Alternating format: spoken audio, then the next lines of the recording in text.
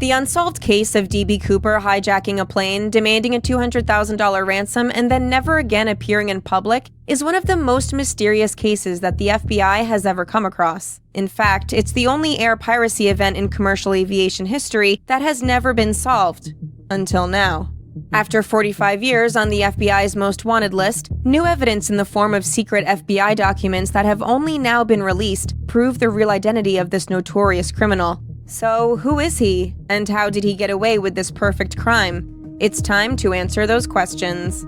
On Wednesday, November 24th, 1971, the day before Thanksgiving, an unidentified man would commit one of the most infamous aviation crimes of all time. On board Northwest Orient Flight 305 from Portland to Seattle, a 6-foot-tall man dressed in an elegant dark suit carried out a mid-air robbery like we've never seen. With a lack of security present and clear, meticulous planning, his real identity and location would remain an incredible mystery for decades, and that's what makes his case so intriguing. His name was Dan Cooper, or at least that's the alias that he gave the woman at the airport check-in desk. And, as most criminals do to avoid any paper trail, he used cold hard cash to buy the ticket. On board the plane, that's when it started to get interesting. The mid-air heist was clearly something Cooper had preempted, because the chaos began when he handed a flight attendant a handwritten note and whispered calmly, "Miss, you'd better look at that note, I have a bomb." The flight attendant took a seat next to Cooper, glanced into his briefcase, and quickly realized that the threat was very real. So she had no choice but to listen to his demands. What exactly did Cooper want?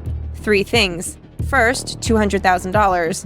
Next, 4 parachutes. And finally, a fuel truck standing by in Seattle to refuel the aircraft upon arrival. The odd thing is that he remained polite and calm the entire time. Another flight attendant even described him as thoughtful, offering to buy meals for the flight crew. But why did he ask for 4 parachutes? Strategic thinking. If he only asked for parachutes for himself, then the authorities may have sabotaged them. By requesting extras, they were forced to consider the possibility of a hostage, and therefore wouldn't tamper with the equipment. Anyway, on the ground, authorities were scrambling to meet Cooper's demands as the plane circled around the Seattle airport airspace. Eventually, close to 3 hours after departure on what was supposed to be a 30-minute flight, the plane landed, Cooper received his demands, released the 36 other passengers safely, and then instructed the crew to take off en route to Mexico with a long list of obscure flight requirements. After the plane took off a second time, Cooper parachuted out into the abyss somewhere over the Pacific Northwest, unseen by any of the crew on board. It wasn't until the plane landed for a refuel at Reno Airport in Nevada that police realized that Cooper was gone. And he was never seen again. That's the day in a nutshell for you. Hold on, if he said his name was Dan, then why have we been calling him D.B. Cooper for close to 50 years? Well, the D.B. part actually surfaced as the result of an overeager reporter confusing one of the first suspects, D.B. Cooper, with the alias that the real criminal had used, Dan Cooper. Thereafter, D.B. just stuck. Okay, so as soon as Cooper jumped from that Boeing, it was all hands on deck for the FBI and local police. Incredibly, the investigation lasted almost half a century. On July 8, 2016, the FBI finally announced that it was giving up. The majority of their initial search efforts were concentrated in Washington state near Mount St. Helens, with emphasis also placed on the Clark and Cowlitz counties, plus neighboring Oregon. Door-to-door searches of local farmhouses were even conducted. These guys were desperate. Without much to find on the ground, fixed-wing aircraft and helicopters from the Oregon Army National Guard were sent to scour the flight path for clues, but nothing substantial was discovered there either. So, without significant progress made, the FBI reached out to the public for help. A month after the crime, they sent their ransom serial numbers to businesses and banks, with rewards of up to $25,000, and then took it one step further, continually offering rewards for any member of the general population who could turn in any matching money.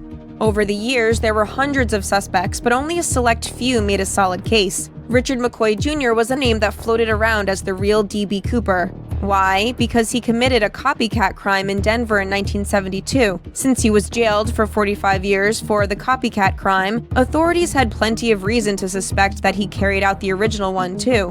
But they couldn't prove it. Why? Because he was at home having Thanksgiving dinner in Utah with his family. The cops did actually find more evidence in 1980, a small amount of ransom bills along the banks of the Columbia River, but all this did was raise more questions than it did provide answers. How did this momentous crime impact the rest of the world? As you can imagine, there were a number of rules and regulations that changed thanks to DB.